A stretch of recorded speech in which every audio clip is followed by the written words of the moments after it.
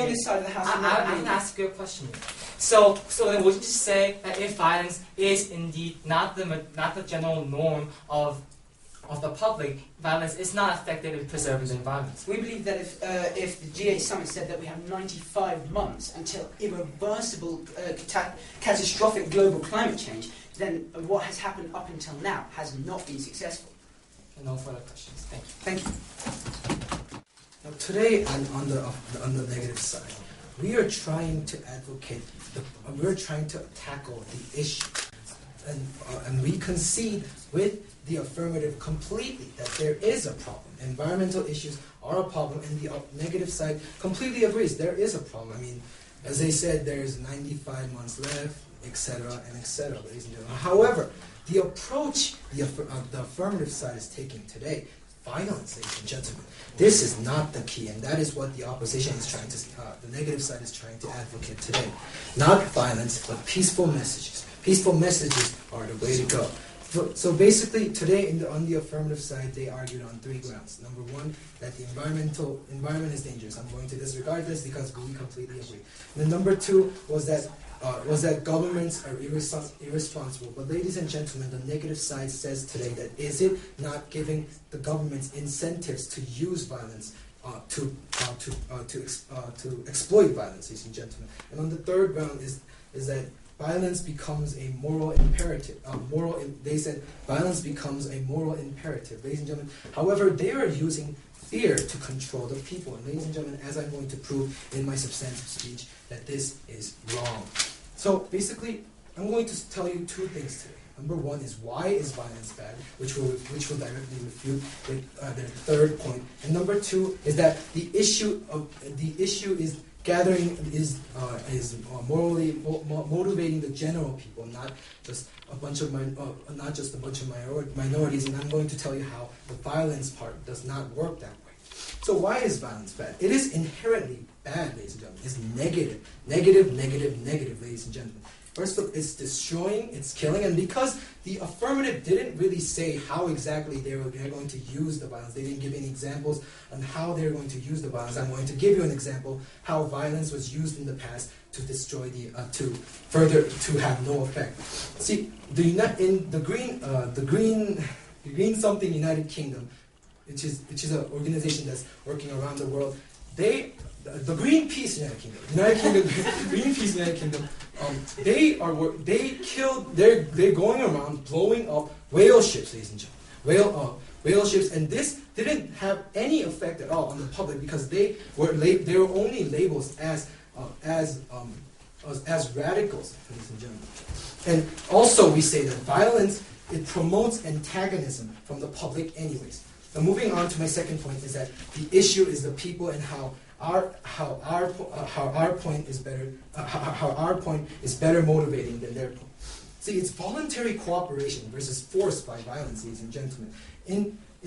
For example, in the Rudite movement in the 19th century in the United Kingdom, it was about a bunch of people who went around destroying machines because they believed that the machines were taking their job. But how did this movement end? This ended with complete disaster because all they did was make themselves radicals and they polarized themselves, ladies and gentlemen. All that was left is a bunch of destroyed machines, ladies and gentlemen. It did not help the public at all. For decades, ladies and gentlemen, social leaders around the world led a gradual and peaceful approach to the situation. Gandhi, Martin Luther King Jr., John Moore, who created the Sierra Club, ladies and gentlemen.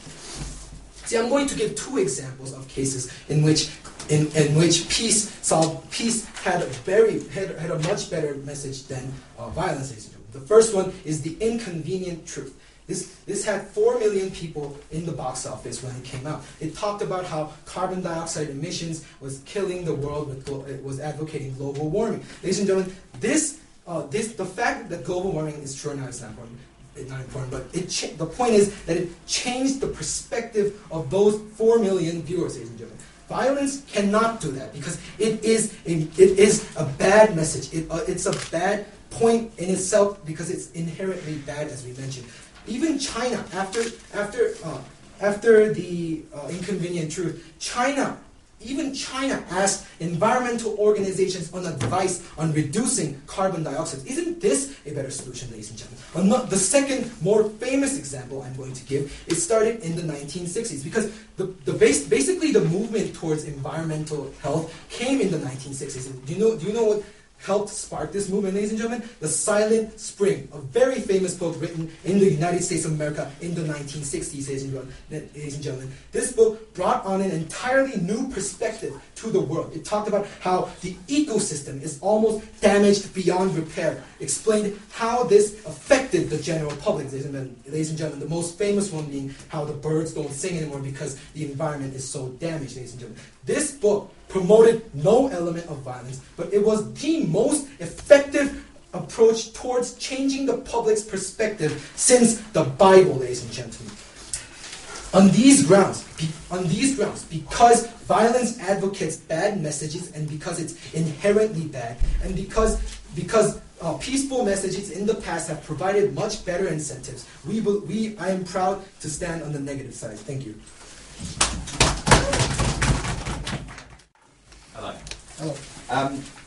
So you've said that we've used peaceful methods so far to combat the issue of climate change, yes? Well, yes. And you accept that climate change is a very real threat to the survival of many people's lives. Well, I know you're going to say that peaceful messages haven't worked in the past, but what I want to say is... Can you refute this, though? Have peaceful measures worked? Well, it worked much better than violence. Is the fact that we, as we've said, are 96 months from the point of no return, is this a situation in which measures have worked? But the point is, violence is not going to work at all. Okay, you've used the example of an inconvenient truth. You said that this was one, influenced 4 million people. This is one of the biggest influences on public action. It was a big influence, yes. You believe, so you think 4 million people is enough? I just said it's a big influence. Okay. Is this first responsibility of governments to defend the lives of its citizens? Of course. Okay. If we allow climate change to get worse, will this threaten lives? Threat? Will climate change threaten lives? Yes. Okay. Have we dealt with climate change with peaceful measures? Yes. You think we've dealt with climate change with peaceful measures? We're trying our best, yes. So we haven't? We have. What do you mean? Have we or have we not dealt with climate change through peaceful methods? Yes, we have. We have. So there isn't a problem. Okay. Okay, let's move on. I understand what you meant. So if the government has... okay, I'll move on. You gave the example of the Luddites. Were the Luddites acting to secure their own jobs there? Well, yes. Are you saying this is the same as acting to secure humanity's survival? Well, I'm saying the point is that violence didn't work in this case. What's saying that it will work in this case? Okay, so you're saying... Okay. You've also... Right.